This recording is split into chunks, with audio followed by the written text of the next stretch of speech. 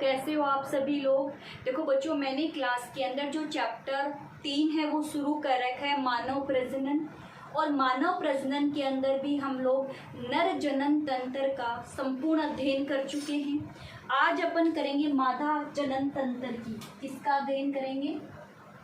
मादा जनन तंत्र की। अब देखो, मादा जनन तंत्र है वो नर जनन तंत्र से थोड़ा जटिल होता है। अब क्यों होता है तो पहले एक बार छोटा सा डायग्राम बनाऊं, फिर बताऊंगी क्यों होता है ऐसा। हल्का सा डायग्राम है मादा जनन छिद्र का, मादा जनन तंत्र का हल्का सा एक डायग्राम बना रहे हैं अपन। ज़्यादा कोई हार्ड नहीं है, देखते जाओ कैसे बना रहे। आई होप आपका पहले का बनाया हुआ भी है। आई होप, मुझे लगता है आप सभी को डायग्राम आ रहा होगा। नहीं आ रहा तो यहाँ से देख लो, इतना ज़्यादा बड़ी बात नहीं है इस डायग्राम की। ठीक है बच्चों, यहाँ से ये भी मैं ऐसे ऐसे कर दूँ, क्योंकि यहाँ पे आके है ना अटैच होगा ना। क्या अटैच होगा उसकी भी अपन बात करेंगे, कुछ ना कुछ तो अटैच होगा ही। ठीक है, ये भी थोड़ा सा इस प्रकार से है, ऐसे। फिर उसके बाद में यहाँ से यहाँ से यहाँ से यहाँ से ये लो, और यहाँ पर दोनों साइड अटैच करवा दूँ। ये थोड़ा सा आगे बढ़ा दूँ ऐसे, ताकि डायग्राम हमारा थोड़ा सा सही लगे, है ना। ये लो, मैं अलग कलर से बना देती हूँ, पहले ओवेरी बना दूँ। ठीक है, अंडा से ये लो,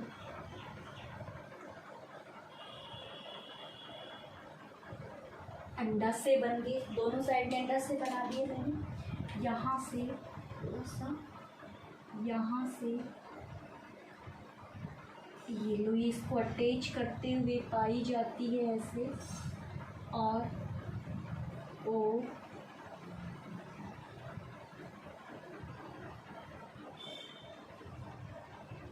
ठीक है बच्चों, ठीक है। ये थोड़ा सा रफली मैंने डायग्राम बना दिया, ये नहीं दिखाई दे रहा क्या? चलो दूसरे कलर से बना देती हूँ। ये वाला थोड़ा हल्का चल रहा है, नहीं दिखाई दे रहा, कोई बात नहीं। ये थोड़ा सा ठीक है। अब सुनो मेरी बात, क्या है ये? नर मादा जनन तंत्र। अब मादा जनन तंत्र जो ये है, मादा जनन तंत्र है कहाँ? ये हमारे किस भाग में है?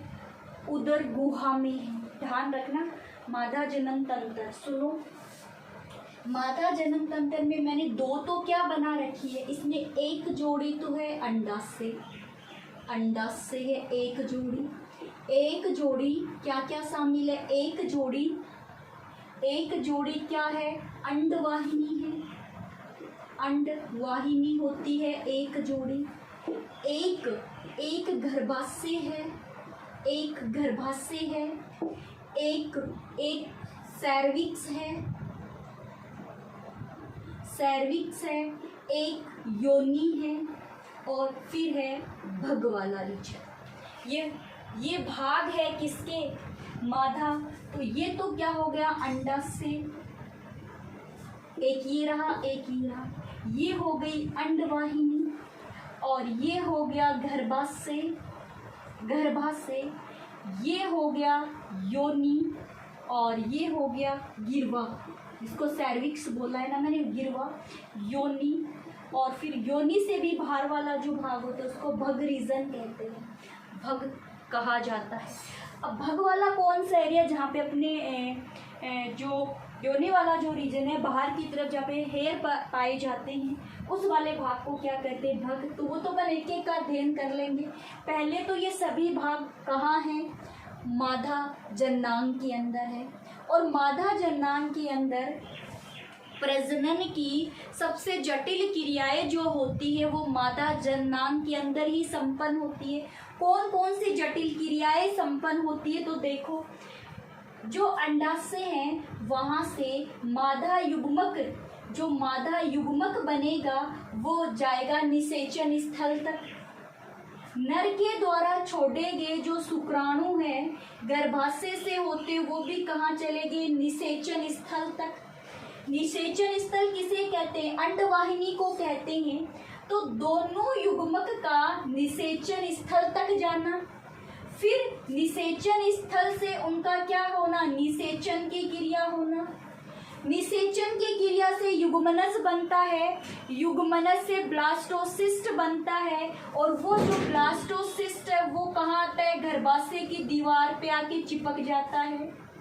ब्लास्टोसिस्ट गर्भाशय में आकर के भ्रूण का निर्माण करता है और भ्रूण से शिशु का निर्माण होता है गर्भाशय में। अब ये जो शिशु डेवलप होकर के योनि के थ्रू इसका क्या होता है, जन्म होता है। तो सभी क्रियाएं कहाँ होती है, मादा जन्नांग में ही संपन्न होती है।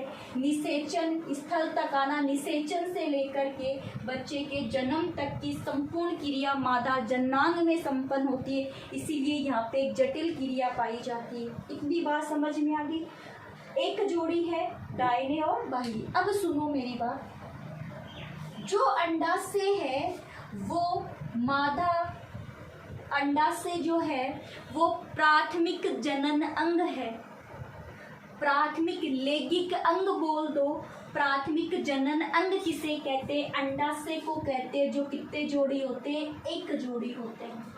ये बात समझ में आ गई ना। कौन कौन से अंग है, देखो जोड़ी में तो कौन है, अंडाशय जोड़े में पाया जाता है, अंडवाहिनी जोड़े में पाई जाती, बाकी सब एक एक पाए जाते हैं। क्लियर हो गई इतनी बात। अब हम आगे की बात करते हैं बच्चों। आगे देखते हैं कि आगे की जो प्रोसेस है उसकी बात करेंगे। तो सुनो आगे की जो प्रोसेस है, ये हटा दो यहाँ से, कंप्लीट हटाऊंगी। इस ओवेरी की अब अपन बात करेंगे जिसको क्या कहते हैं, अंडाशय कहते हैं। एक परीक्षा में पूछा जाएगा, सुनो परीक्षा में पेपर के अंदर कैसे पूछा जाएगा, मादा जनन तंत्र का डायग्राम पूछ करके अंडाशय की संपूर्ण संरचना पूछ ली जाएगी, या फिर अंडाशय की संरचना पूछ करके उसके कार्य पूछ लिए जाते हैं। तो अब अंडाशय की संरचना सुनो। सबसे पहले तो हाँ, एक मिनट, एक चीज और बताना भूल गई।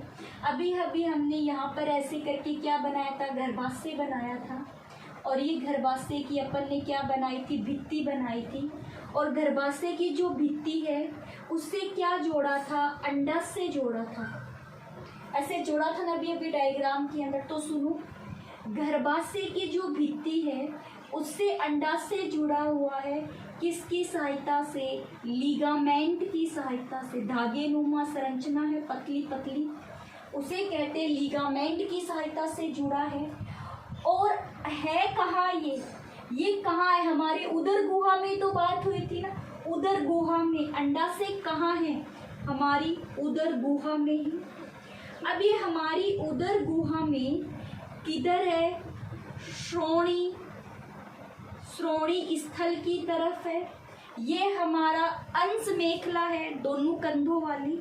और ये जो दोनों कूल्हे होते हैं हमारे, ये वाला जो रीजन होता है इसे क्या कहते हैं, श्रोणी मेखला कहते हैं। तो हमारा जो श्रोणी क्षेत्र है उदर गुहा में श्रोणी क्षेत्र की तरफ है, जहाँ पर उदर गुहा में श्रोणी क्षेत्र की तरफ आंतर योजनी द्वारा उदर गुहा में लटकी है। किसके द्वारा उदर गुहा में लटकी है, आंतर योजनी द्वारा उदर गुहा में लटकी है। गर्भाशय से जुड़ी है लिगामेंट से। और ये पूरा क्या हो गया, उदर गुहा। बाहर वाला पूरा क्षेत्र क्या कहलाता है, उदर गुहा। तो उदर गुहा में किसके द्वारा, आंतर योजनी के द्वारा जुड़ी है। मध्यावरणीय आवरण आंतर योजनी के द्वारा जुड़ी है। तो आपसे पूछ ले कि जो अंडाशय है वो उदर गुहा में किसकी सहायता से जुड़ेगा, क्या कहोगे, आंतर योजनी की सहायता से जुड़ा है। जो तंतुओं का बना हुआ एक क्षेत्र होता है, एक पतली सी परत होती है। चलो इतनी बात होगी।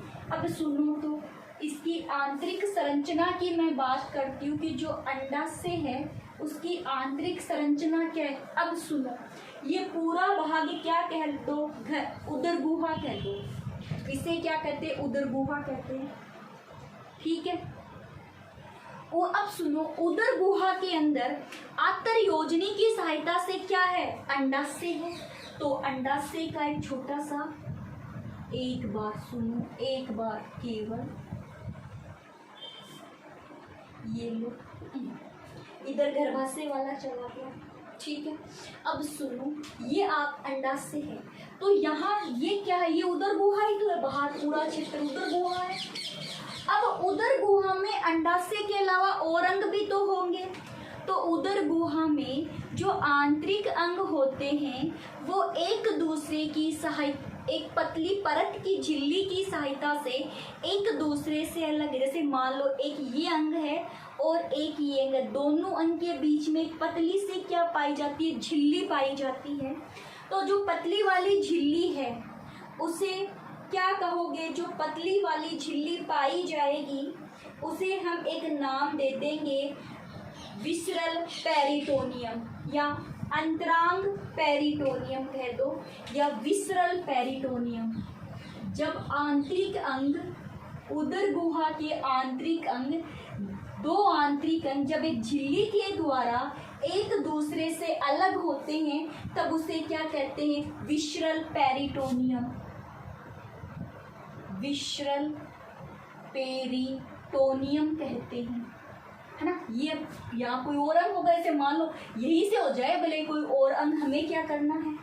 अब उसके बाद में देखो, जो अंडाशय है वो एक जोड़ी है, अंडाशय के बाहर की तरफ, अंडाशय के बाहर की तरफ एक और पतली झिल्ली पाई जाती है, एक और पतली परत पाई जाती है। तो अंडाशय के बाहर की तरफ एक और पतली परत पाई जाएगी, उसको कहते हैं जर्मिनल एपिथीलियम। क्या नाम है बच्चों, जर्मिनल एपिथीलियम। ये लो, ये जो मैं बना रही हूँ ना बाहर की तरफ एक पतली झिल्ली, अरे एपिथीलियम जो है ना वो सुरक्षा प्रदान करता है, उसी को क्या कहते हैं, एपिथीलियम। उत्तक सुना होगा ना आपने, एपिथीलियम उत्तक, सबसे बाहर की तरफ उत्तक की वह परत जो सुरक्षा प्रदान करती है उसे एपिथीलियम कहते हैं। क्योंकि अंडाशय जो है इसके बाहर वाला रीजन थोड़ा हार्ड होता है, अंदर वाला सॉफ्ट होता है। तो क्या हो गया, समझ में आ गई, जर्मिनल एपिथीलियम कह दिया। तो लिख दूं जननिक उपकला, हिंदी में लिख दूं जननिक उपकला, उपकला, ये लो बाहर की तरफ जननिक उपकला है। अब अंदर जो काले रंग वाली लेयर जो मैंने बना रखी है, ये वाली जो भित्ति मैंने बना रखी, ये आंतरिक भित्ति हो गई, इसकी आंतरिक भित्ति। अब ये जो आंतरिक भित्ति है इसको बोला जाता है ट्यूनिका अल्बुगिना, श्वेत कंचुक। लेकिन मैं यहाँ पे क्या लिखूंगी, ट्यूनिका अल्बुगिना, जो किसमें थी, जो वृषण में भी तो थी। अब देखो ट्यूनिका अल्बुगिना है, उसके जो अंदर वाला भाग है, संपूर्ण अंदर वाला भाग क्या कहलाता है, स्ट्रोमा कहलाता है। संपूर्ण अंदर वाला भाग क्या कहलाता है, स्ट्रोमा कहलाता है। जो स्ट्रोमा है उसके भी दो भाग है। स्ट्रोमा का जो आंतरिक भाग है, मध्यम जो भाग है उसे कहा जाता है मध्यांश, उसे कहा जाता है मध्यांश। जबकि इसके जो बाह्य वाला जो भाग है इसे कहते हैं वल्कुट, वल्कुट। तो स्ट्रोमा के दो भाग होते हैं, मध्यांश कहलाता है और बाहर वाला भाग क्या कहलाता है, वल्कुट, जो ट्यूनिका अल्बुगिना के पास वाला क्षेत्र होता है। That is clear. अब सुनो, जो मध्यांश है उसमें क्या क्या है, वल्कुट की बात तो अपन बात की, मेन तो वल्कुट ही है। मध्यांश के अंदर क्या क्या पाया जाता है, तो सुनो, मध्यांश वाले क्षेत्र के अंदर रुधिर वाहिनियां है। रुधिर वाहिनियों के अंदर एक है धमनी, ये हो गई सिराएं, ये हो गई सिराएं, और एक होती है धमनियां, धमनियां पाई जाती है। साथ ही साथ में इस वाले भाग में कुछ तंत्रिका कोशिका भी पाई जाती है। तो तंत्रिका कोशिका है, रुधिर वाहिनियां, ये सभी की सभी किस भाग में होती है, मध्यांश वाले भाग में होती है। अब बात करते हैं अपन वलकुट क्षेत्र की। ये क्षेत्र क्या कहलाता है? वलकुट क्षेत्र कहलाता है। तो जो वलकुट क्षेत्र है, ये हटा दो एक बार, जगह चाहिए। वलकुट क्षेत्र के अंदर हम कहेंगे कि इस क्षेत्र के अंदर बहुत सारी ओवेरियन फॉलिकल, अंडाशय पुट्टिकाएं पाई जाती है। बहुत सारी अंडाशय पुट्टिकाएं पाई जाती है। पढ़ लिया क्या? सब इसमें अंडाशय पुट्टिकाएं पाई जाएगी। रुधिर वाहिनियां सब तो ये यहाँ हो गई। अंडाशय पुट्टिकाएं पाई जाती है ना, या अंडाशय पुट्टक कह दो। अब इन अंडाशय में से एक अंडाशय पुट्टक थोड़ा बाहर की तरफ निकल कर किया जाता है, अंडाशय पुट्टक। ये तो है अंडाशय पुट्टिकाएं सभी की सभी। एक को क्या कह दूं? अंडाशय पुट्टक, अंडाशय पुट्टक। अब ये जो अंडाशय पुट्टक है, इस अंडाशय पुट्टक का थोड़ा विकास होता है और विकास होकर के इस अंडाशय जो पुट्टक है, इसके चारों तरफ कोशिकाएं इकट्ठी हो जाती है। जब इसके चारों तरफ ये कोशिकाएं इकट्ठी हो गई है तो इस संरचना को क्या कहते हैं? सुनो, ये हो गई प्राथमिक पुट्टक। इसे क्या कह दो? प्राथमिक पुट्टक, प्राथमिक पुट्टक। ठीक है। प्राथमिक जो पुट्टक है वो और विकसित होती है। प्राथमिक जो पुट्टक है वो और विकसित होती है। ये लो, अब प्राथमिक पुट्टक के जो अंदर वाला जो केंद्रक नुमा संरचना है, जो द्विगुणित अवस्था में है, उसे कहते हैं प्राथमिक oocyte। तो ये अंदर वाला क्या हो गया? प्राथमिक oocyte कह दो इसे, प्राथमिक oocyte कह दिया। जो द्विगुणित अवस्था है, प्राथमिक oocyte के चारों तरफ प्राथमिक oocyte के चारों तरफ कणिका में या फिर पुट्टक कोशिकाएं पाई जाती है। इन पुट्टक कोशिकाओं का जो स्तर है, इसे कहते हैं कणिका में झिल्ली। तो अब सुनो, ये तो बाहर वाली तो क्या हो गई? कणिका में झिल्ली हो गई। और अंदर वाली ये संरचना क्या कहलाती है? प्राथमिक oocyte कहलाती है। अब ये जो प्राथमिक oocyte है, इसमें और विकास होता है और प्राथमिक oocyte में विकास होगा तो ये प्राथमिक oocyte रह गया। सुनो मेरी बात, समझ में आ गया? यहाँ पर ये जो फॉलिकल्स, ये जो झिल्लियाँ पाई जा रही है ना, इनके बीच बीच में रिक्त स्थान आ जाता है। ऐसे सुनो, इसके बीच बीच में क्या आ जाता है? रिक्त स्थान आ जाता है और बाहर की तरफ फिर कणिका में झिल्ली बन जाती है। और ये कणिका में झिल्ली है क्या? ये पुट्टक कोशिकाएं हैं। पुट्टक कोशिकाओं का जो स्तर होता है उसे ही क्या कहते हैं? कणिका में झिल्लियाँ कहते हैं। ये लो, अब ये इस तरह पिता मोटा ही बना लो। जितना मोटा बनाओगे ये उतनी ही सुरक्षात्मक आवरण है इनके ऊपर का। अब ये जो संरचना बनी थी, ये क्या था? प्राथमिक oocytes था। जो प्राथमिक oocytes है, उससे जो विकसित संरचना का विकास हुआ है, इस विकसित संरचना को क्या कहते हैं? द्वितीयक oocyte कहते हैं। द्वितीयक oocyte कहते हैं। और अंदर जो इसके संरचना पाई जा रही है उसे वापस से प्राथमिक oocytes ही कहते हैं। तो प्राथमिक oocytes तो ये रहा, और अंदर क्या? बाहर की तरफ ये जो झिल्लियाँ नुमा संरचना बन गई, इसे द्वितीयक oocytes कहते हैं। सॉरी इसे द्वितीयक oocytes ना बोल करके आप इसे तो प्राथमिक oocytes बोलोगे। सॉरी, इसे द्वितीयक oocyte नहीं कहते। इस पूरी संरचना को क्या कहते हैं? द्वितीयक पुट्टक कहेंगे। सॉरी द्वितीयक पुट्टक कहेंगे। और अंदर वाला ये तो क्या है? ये तो प्राथमिक oocyte ही है।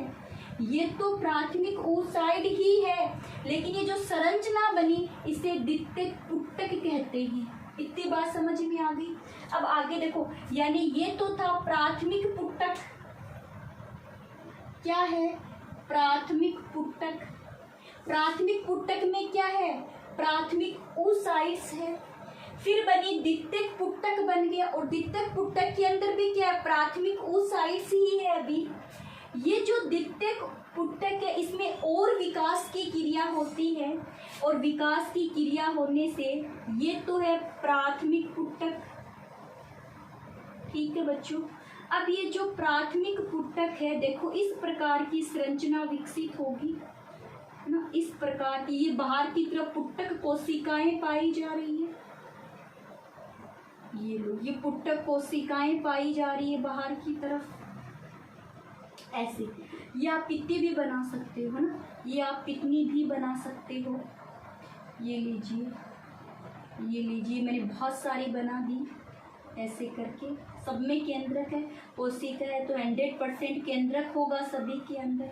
अब सुनो मेरी बात, अब सुनो, ये तो प्राथमिक क्या है? oocytes है, प्राथमिक oocytes है। अब यहाँ देखो, यहाँ तो ये पुटक पाए जा रहे हैं, जबकि यहाँ ये पुटक है ही नहीं, क्योंकि यहाँ पे जो खाली स्थान बने थे सब मिक्स हो गए, एक दूसरे में संयोजन करके एक गुहा का निर्माण कर लिया। ये जो गुहा बनी है इस गुहा को कहते हैं पुटकीय गुहा। इस गुहा को क्या कहते हैं? पुटकीय गुहा या एंट्रम कहते हैं। अब एक स्थान वह है जिसके अंदर पुटकीय गुहा नहीं पाई जा रही। देखो यहाँ पुटकीय गुहा, एक जगह जब पुटकीय गुहा नहीं पाई जाती उसे कहते हैं अंडधर पुंज कहते हैं। तो इस जगह इसका क्या नाम हो गया? अंडधर पुंज कहा जाता है। ये लो, तो अंडधर पुंज वह जगह है जहाँ पर पुटकीय गुहा नहीं पाई जाती है। इस पुटकीय गुहा के अंदर दर्व भरा रहता है। इस पुटकीय गुहा के अंदर क्या भरा रहता है? दर्वे भरा रहता है, जिसे पुट्टिका दर्वे कहते हैं।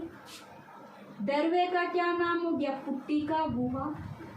अब ये जो संरचना बनी इसे तृतीयक पुटक कहते हैं। इस पूरी संरचना का क्या नाम है?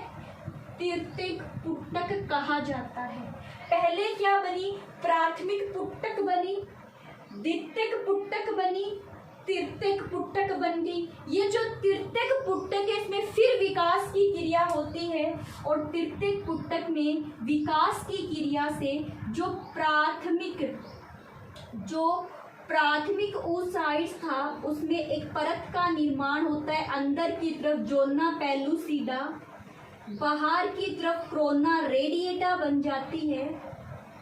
और ये जो संरचना है ये अंडधर के द्वारा बाहर की पुटकीय कोशिकाओं से जुड़ी रहती है।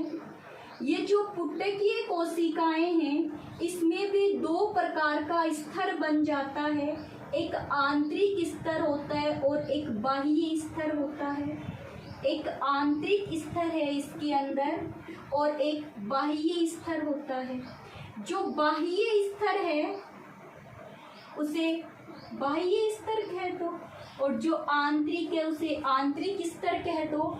और यहाँ जो अब ये संरचना बनी है, यहाँ जब ये जो संरचना बनी इसे कहते हैं द्वितीयक oocyte। ये क्या है? द्वितीयक oocyte, बाह्य परत, आंतरिक परत और द्वितीयक oocyte को मिला के बोलते हैं ग्रेफियन पुटक। ग्रेफियन पुटक जब बिल्कुल विकसित हो जाती है तो यहाँ से ये झिल्ली टूट जाएंगी, और झिल्ली के टूटने से द्वितीयक oocytes है वो अंडाशय से बाहर आ जाएगा। द्वितीयक oocytes कहाँ आ जाएगा? अंडाशय से बाहर आ जाता है।